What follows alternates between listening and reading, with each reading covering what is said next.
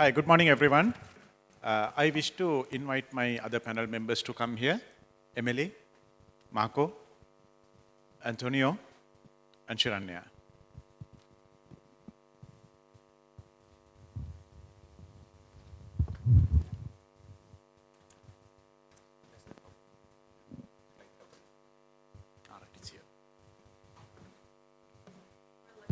We're looking forward to this nice discussion, looking forward to keeping this engaged, see what they have to say, speakers we haven't seen before. Some of them did win awards, so it's going to be remarkable to get their opinion on the stage and see how they're talking.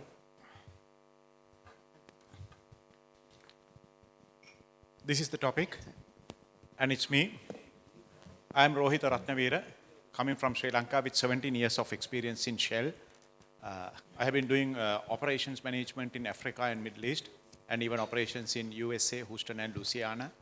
And my main theme is to provide tailor-made risk management packages for my clients. When I say clients, all Shell companies on downstream and upstream businesses were my clients. So we were identifying the risk control by going through not only the equipment, not just the training, the competency. Competency is a great tool in managing risk. You know, in oil and gas industry, you have to have people who can deliver their knowledge on ground. So that was my profile. I was even working with Shell Open University as a content developer. Now I am running my own business in Sri Lanka. I do the same thing for my clients. And our next member is, Antonio. Please introduce Good yourself. morning. Good morning. So my name is Antonio, Venecio Antonio, and I'm the CEO and founder of Geeks Academy. The next. Good Emily. morning, I'm Emily Thomas Mansour, and I'm the founder and CEO of Octopi.ai. I'm an advocate for a disruptive way of learning and teaching. And at Octopi.ai, we bring the technology for educators and learners. We make it accessible, affordable, and we want to enable these amazing communities to focus on human-human interactions. Thank you. Yeah. The next member is Dr. Marco. Good morning, everybody. I'm Marco Pardo. I'm the CEO and General Manager of a vocational training center based in north of Italy. And Shiranya. Hi, I'm Sharnya. I co-founded Quest and Breadcrumb with my friend and mentor right here, Srikanth. We have worked in the learning space from a community angle, working on self-directed learning as our primary principle, and I'd love to share more about it during the panel discussion. Right. Thanks, Tim. Right. Now, this is VR. If you even want to identify a person and ask a question, you can go ahead and do it. Now, my problem statement. How this re-emerging of education for the future is important to me. As I mentioned to you all, I have been working outside in many countries, and we get people to work with us. And we find that the people come with loads and loads of certificates, sometimes sad to say miserably fail when we want them to deliver. Because there is a big gap. What I have seen as an individual, what they study in their unis, and even during the internship periods, there is no much of a gap bridging system when they come into work. Because we, as a end user of these competent, so-called competent people, we don't have time in training them and molding them into our system. So actually it is delaying the process. Sometimes when a new person comes, the onboarding time is sometimes about 1 year. Right? We see it as a waste. Now, therefore, we selected this topic to have a good discussion. We have an excellent set of panel members. But we will see how we are going to move forward from here. Actually, I have prepared some questions. Now, for last 2 days, I have been talking to some of you all and getting the feedback from you all about this topic, because all of you all are educators or connected directly or indirectly. So I wanted to know how did you all feel about it? So based on the feedback from very same you all, I have prepared 4 questions, right? First one goes to Dr. Antonio. Future job markets, as I mentioned earlier, is opting to employ. Now, treat me as the client, right? I am opting to employ competent people, not educated people, right? So, how we should deliver this, and what is the gap in the market as of now? So since 2016, when we started with Geeks Academy, delivering programs in the field of cybersecurity, data science, blockchain, and coding, it was very clear to our minds that we live in a world which is changing at fast pace, a pace that was never seen in human history. So our main goal was to empower our students to embrace this accelerating pace in the next generation jobs of their economy. We have approached this question from three different standpoints. So building contents of our curricula, the delivery methodology, and then the job placement service. Coming to the contents, we built our curricula together with the companies. We asked them, what are your needs? What skills do they have to possess your workforce? And together, we created those curricula. But that's not enough, because as we said, technology, digital revolution is going very quick. So we have to keep the pace. So we decided, together with the advisory board that we created, whose members are the CEO of partnering companies, we decided to upgrade at least 20% of the contents every 6 months. This is the only way we can empower our students to be successful later on in the working world. Then we have delivery methodology. We started training people with the, let's say, traditional model of brick and mortar classrooms. Then came pandemia. I mean, since the beginning, we had a blended approach, hybrid formula, so online and offline. 80% was offline, 20% was online. Then came pandemia, COVID-19. And we had to move 100% online courses. We still kept it live online courses. And now we decided to keep this way of delivery. We will have 80% of education which will be live, online, and then of course we offer boot camps in brick and mortar's old way of teaching. Still, the fact that we deliver programs live online doesn't mean that we can have packed classrooms, up to 30, 40 people. So we created certain standards, maximum 12 students per class. That's very important. It's even more important now that we deliver live online. And third point, job placement service. When we started, we used to wait the accomplishment of the program. So 3, 6, 9 months part-time study programs. Now we start job interviews already during the study. And as they are part-time, they can already start working and studying at the same time. Yeah, so now actually in your explanation, you mentioned a situation where these people, they are already working in some place, right? We have 65 of our target who are workers. And 35, they are new skills. So we do new skilling and reskilling. Okay, right. That's great. Okay. Now, with that, I'm connecting to Dr. Marco. How now he's mentioning about conducting sessions and getting the students to get the acquire the required knowledge through certain sources. How the business community can help this model? What is the role? Because actually, for me personally, my own experience, the university students getting their internship in a metal factory or somewhere, then coming and working in a different environment totally. So is there any possibility of getting these people to do the internship also in a place where they're supposed to go in the future or something like that? How the business can help them? Yeah.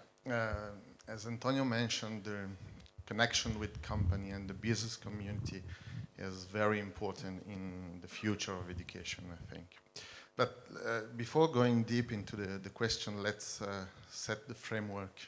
And the main goals of an education system is, I think, there are two main goals. The first one is to prepare students to actively participate to, let's say, robust democracy.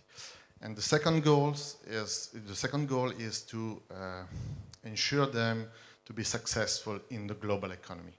So two great goals to achieve, difficult goals to achieve. And the system now is cracked.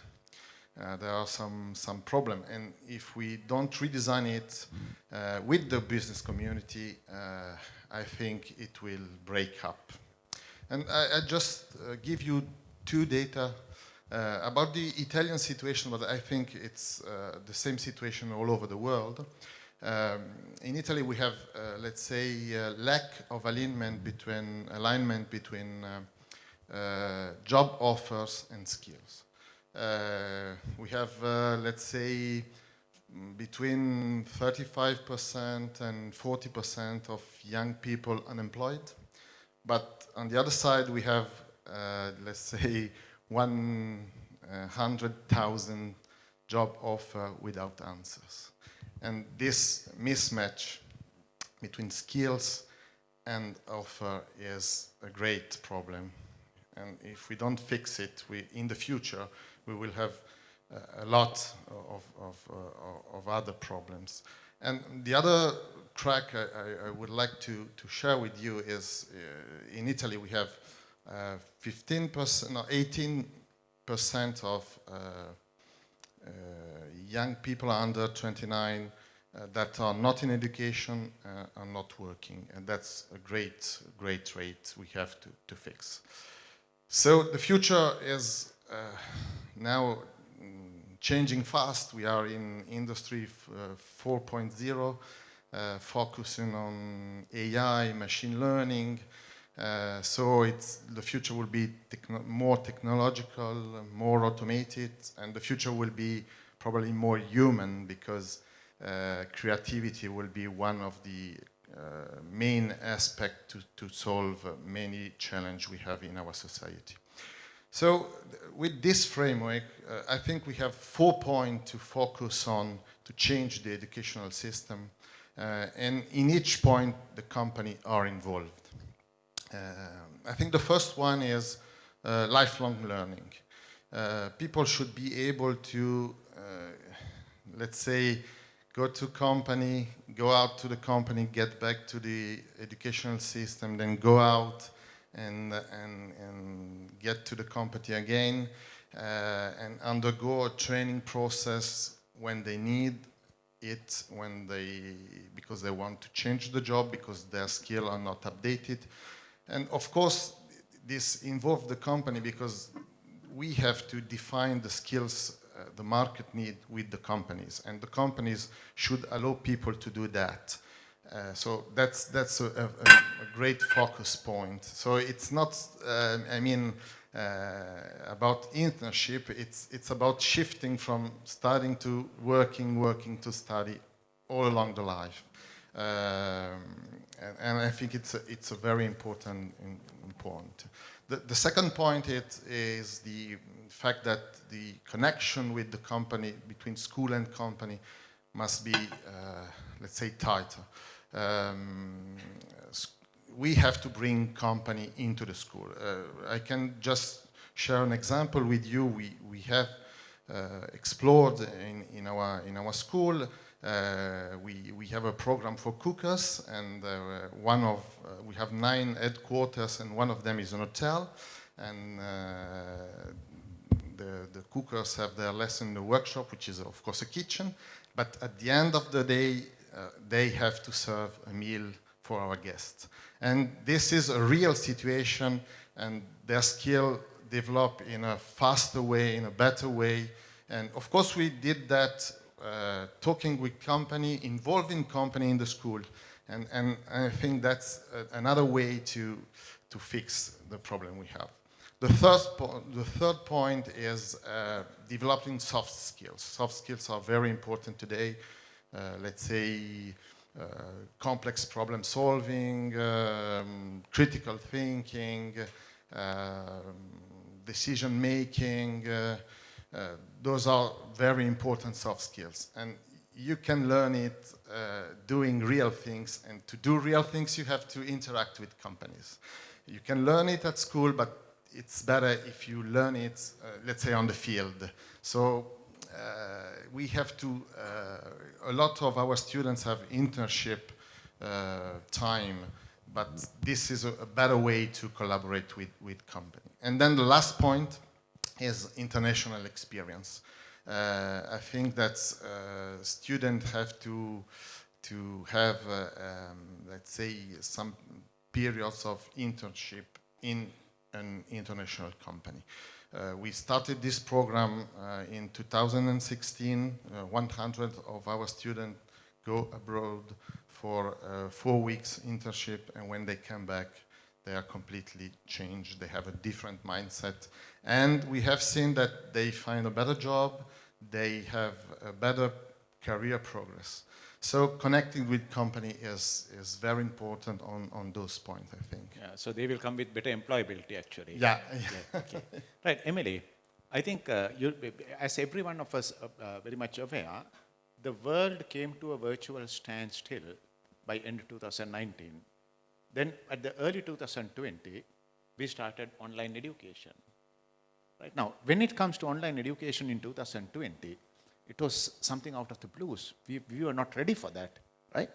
But with your experience, with your professional experience, how can this online education could be more interactive and more deliverable than what we are experiencing today to cater for both the requirements these two gentlemen mentioned about? So I think there is a problem that we need to tackle, is that online education up until now I've been trying to reproduce what we're doing, and most of the time they reproduce the bad things and not the good things. So and we tend to, and it was I guess what the previous keynote was saying about inclusion and about labeling. We tend to label things and to disconnect, and you were talking about this disconnection between education and then companies and the workforce. It's the same way we disconnect offline, online. We need to reimagine that. We need to connect. We need to bring people together. And why it's not interactive and why it's not fun online today, because we're reproducing the not fun things that we do offline. And I guess technology, because online it goes beyond online. It's about technology. How can technology help people connect, help people impact others? We have an opportunity here, and you were talking about Web 4 that's coming much faster than we imagine. Maybe next year it will be education 3.0 and not education 2.0. Education technologies need to be enablers. We need to enable these communities to come together and not keep disconnected. So it's not a question of offline, online. It's not a question of education on one side and work on the other side. As educators, as technologists, we also need to go and meet our learning communities. And where do they spend time today? They spend time on social media. They spend time on the metaverse. They spend time on many different platforms that we see as evil, and maybe we refuse to work together with this platform and to bring ourselves there. So as technologists, as online, our role as well is to break these walls between all these communities and bring them together, understand how it works, understand how the future of technology, because it's happening fast, It's not only about content, it's about going and see what's happening out there and enable educators to get equipped, to get relevant when they go and meet their communities who are already spending time there. So instead of focusing mainly on content, we should focus on enablement, breaking the walls between these different labels.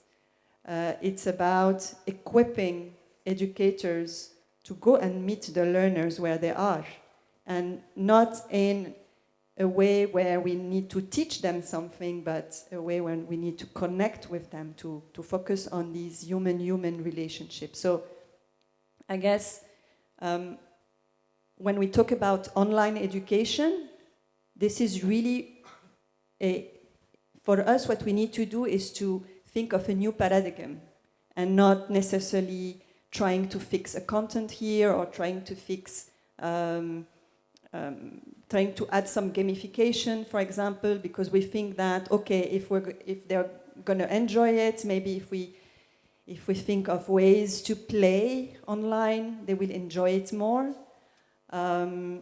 It's not enough. We really need to go and meet our communities and connect on a deeper level. Thank you. And Sharanya, now I am having a question for you, because you are the one who's preparing school students from junior levels right up to intermediate level like. Now you all are the ones who are preparing students to come and face these challenges. So now in your one, are you using in your opinion, are we using the right tool to enable students to come and meet the challenges these our other panel members are mentioning about? Is it we are in the right track, or is there any change to be done to enable students to be more productive and more efficient once they come up to these levels? So one question that I have for everybody is, do we see education and learning as two different things?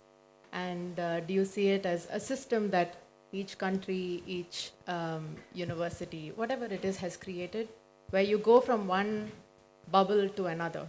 But if you look at learning, it's a much more bigger umbrella term, and most of us talk about lifelong learning, right?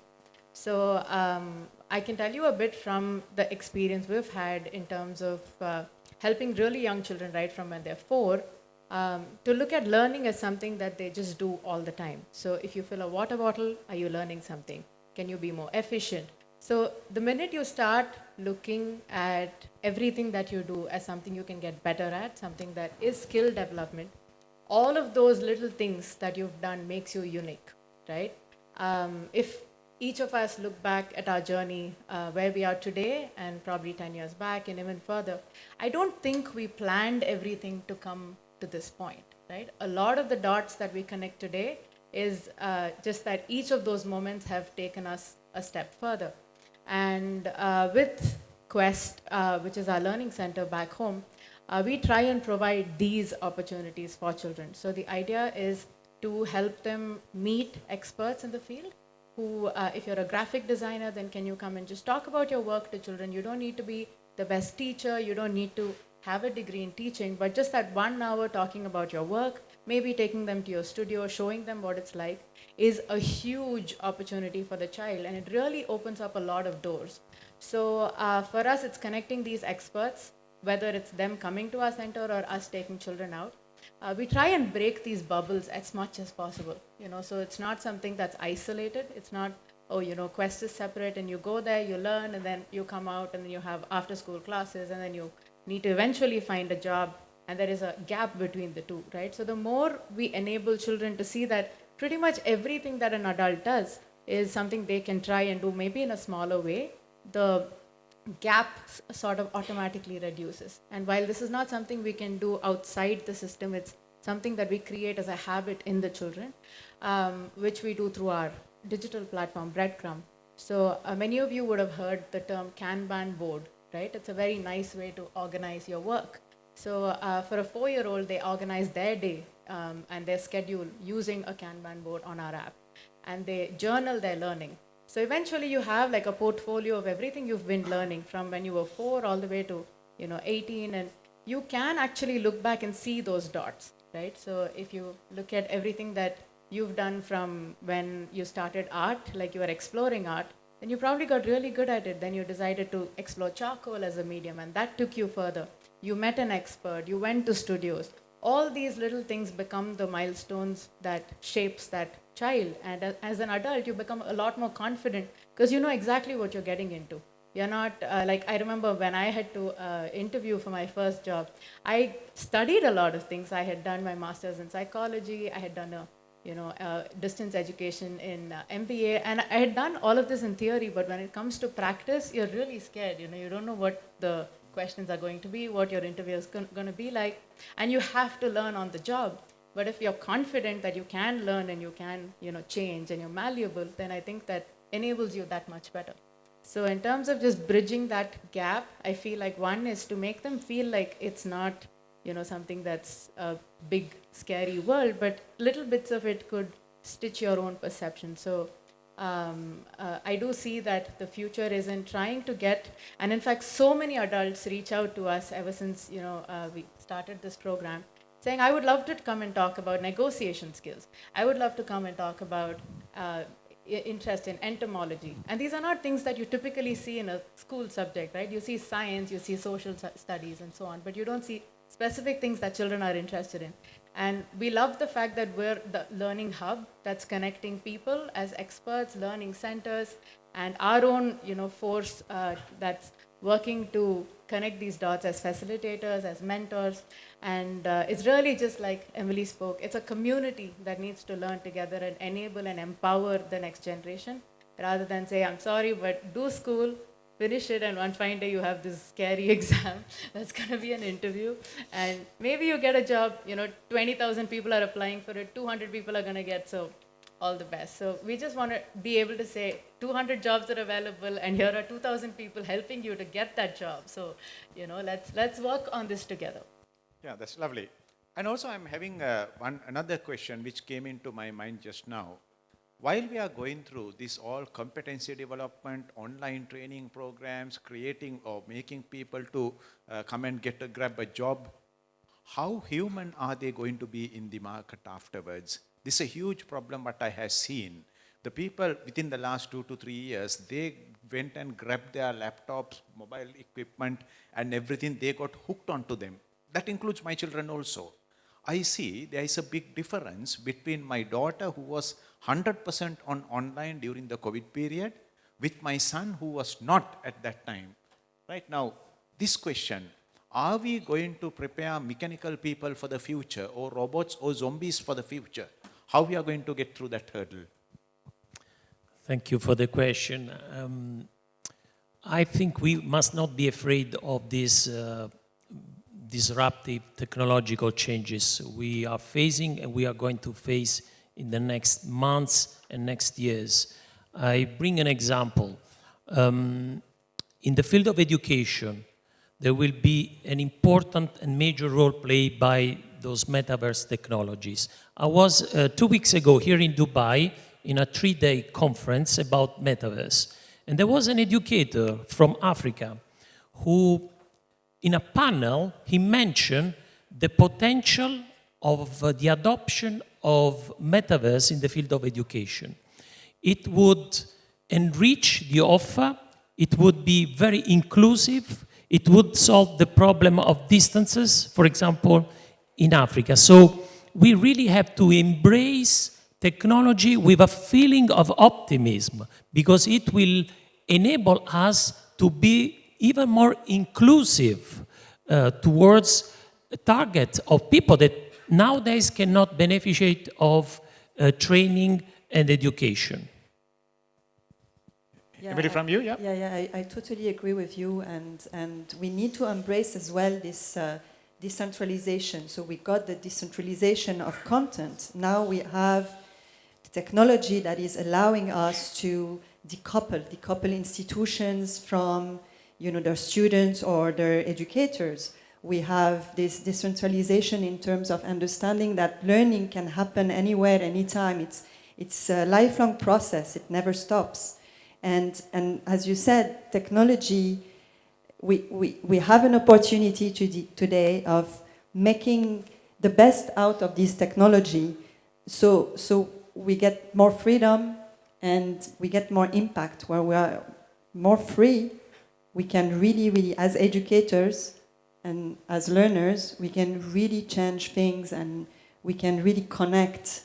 And people are already on these communities. I know an educator, when COVID started, he went on Discord to find his students. And the student was so happy that their teacher was on Discord with them, you know? And it made the thing fun. So you were asking about how can we make online education fun? Go and meet your communities where they are. The students enjoyed it so much. Thanks.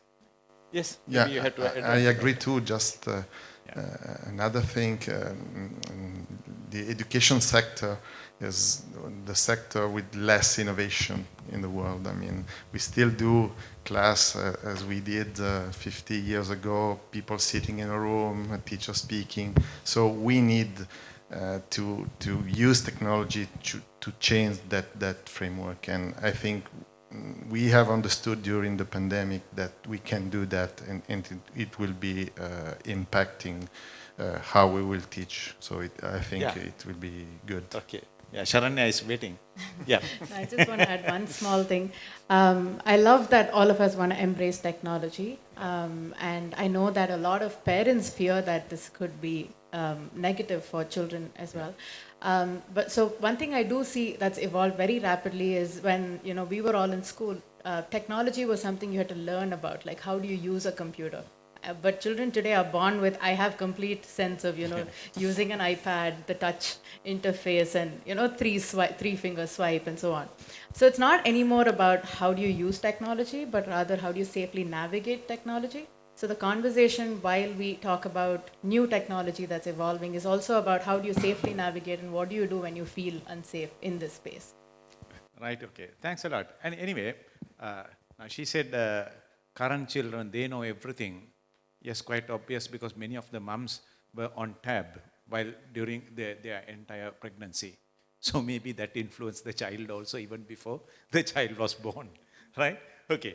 Now, anyway, I'm thinking of giving you all the time to ask any questions if you all have. My learned panel members are waiting. You can actually direct the question to the exact person and ask it. I love that, Doctor. Give him a round of applause. Really great panelists.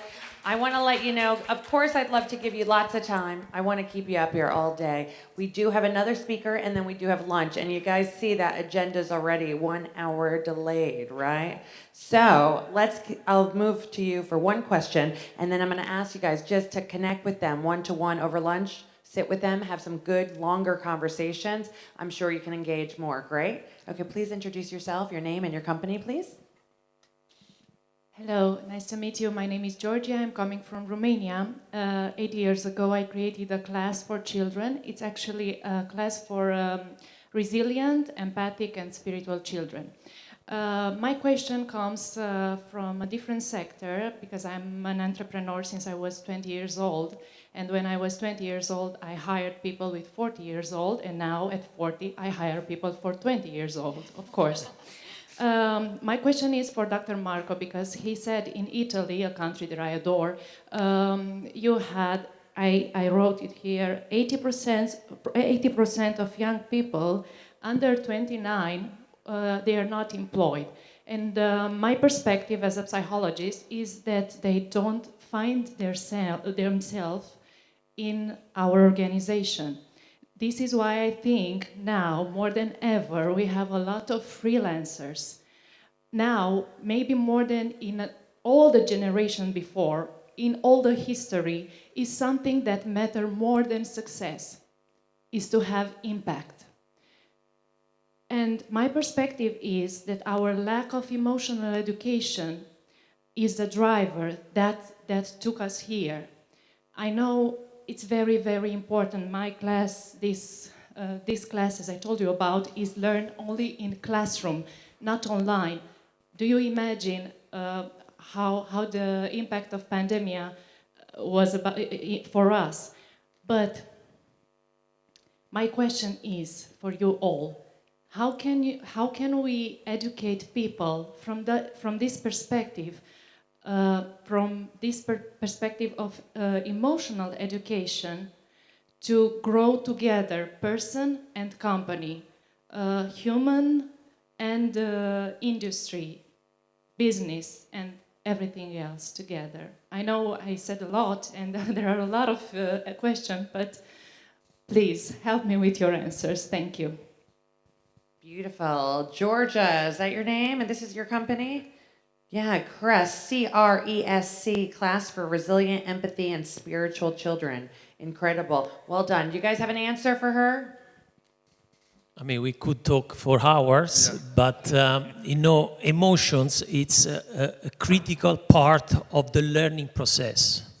If we don't learn through rational mind, we learn through emotions. We see it with kids, with babies, with children. They learn out of emotion, out of the relationship they have with the parents, and so on and so forth. What we do is to even if we deliver online, we try to create occasion where students can meet in person, because this feeling of being in the same place is very important, is emotional. Second, I really believe that metaverse will recreate somehow those relationships that we live when we meet. I personally experienced it, and that's why I'm so optimistic about the future, because we have to catch up with this emotional side, which is crucial, again, for learning. Thank you so much. And that is exactly what I mentioned about, are we preparing mechanical humans for the future? That is exactly what I was mentioning about. Thank you so much. Incredible. Round of applause for our panelists. Really great conversations. Leaders in education, thank you so much for being here.